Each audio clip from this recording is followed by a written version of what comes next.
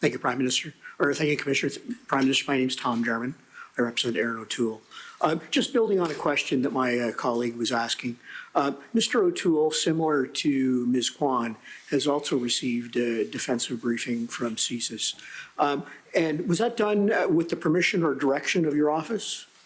Again, it is not something that CSIS needs to get permission from the Prime Minister's office to do.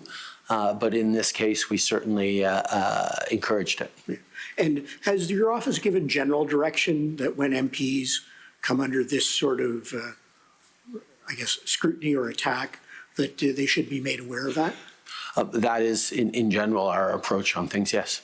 But has your office given direction to that effect?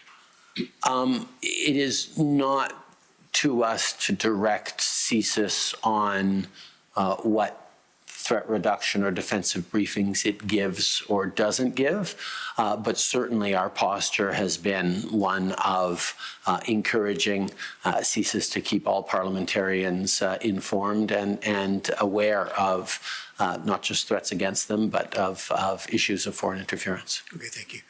I guess if I could go to CAN 4495.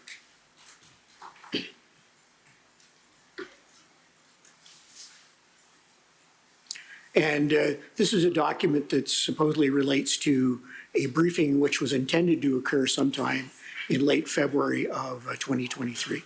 It was prepared by CSIS. Commission Counsel has shown it to you, and I believe you also saw it during your witness interview. If you could scroll down to the third page. A little further, please. Thank you very much. Oops, back up, please. Thank you. So I understand from your witness interview that you were not advised of these events concurrent to them happening in the election in 2021. But I would ask, after February 21st of 2023, have you ever been briefed by either CSIS or the NSIA with respect to conclusions similar to this that were observed online media activities aimed at discouraging Canadians, particularly Chinese heritage, from supporting the Conservative Party of Canada leader Aaron O'Toole, and particularly Steveston, Richmond East, Kenny Chu. The timing of the efforts to align with Conservative polling improvements, similarities in language with articles published by the PRC state media, and the partnership agreements between these Canada-based outlets and PRC entities all suggest that these efforts were orchestrated or directed by the PRC. I think on this, I'd like to turn to the summary prepared of evidence on this one. I believe I think it's 66, paragraph 49.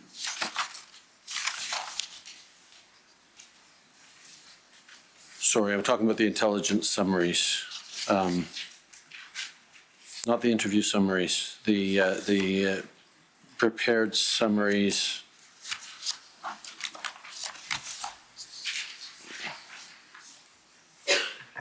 Redactors. Madam Commissioner, I think the Prime Minister is referring to the multi-source topical summary. That one.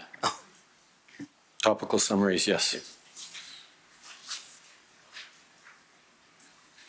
She or she. I believe it's number 4, if that assists, .4.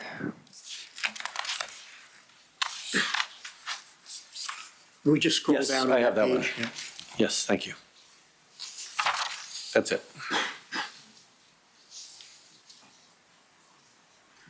So that's a topical summary, but going back to my question, which was, has any official, either the NSIA or the director of CSIS or anyone on your staff, briefed you with respect to the conclusions that were in CAN 4495?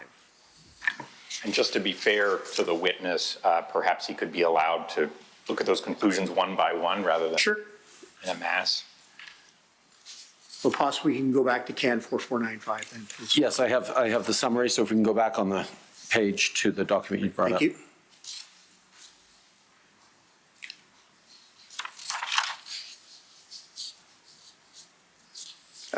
Scroll down, thank you. Further. And just a little bit further, thank you.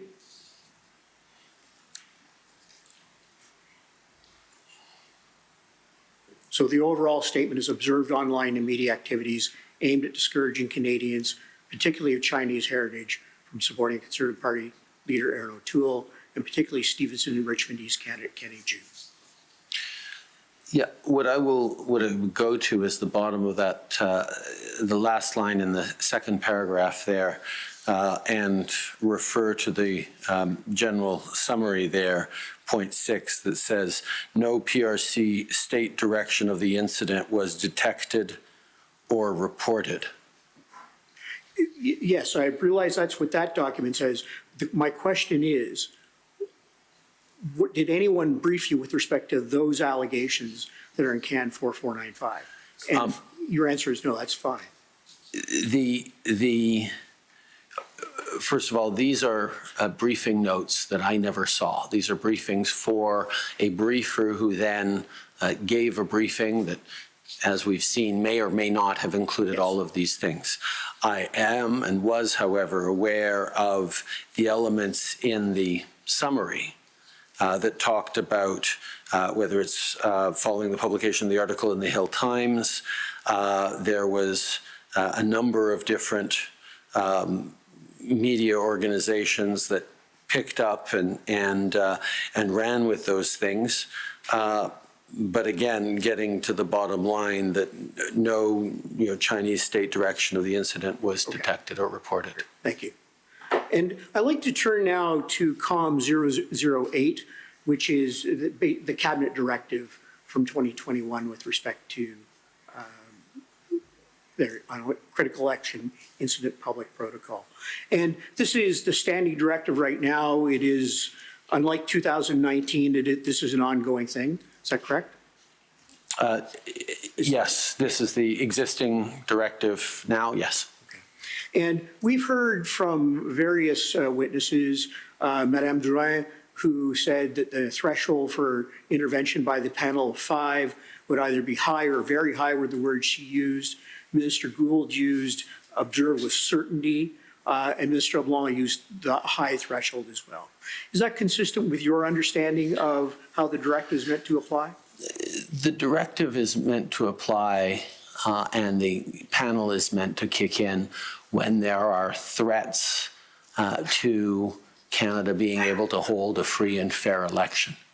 That must necessarily be a significantly high threshold because just the act of engaging for the panel could itself have an impact on the unfolding of the election. So the expertise and the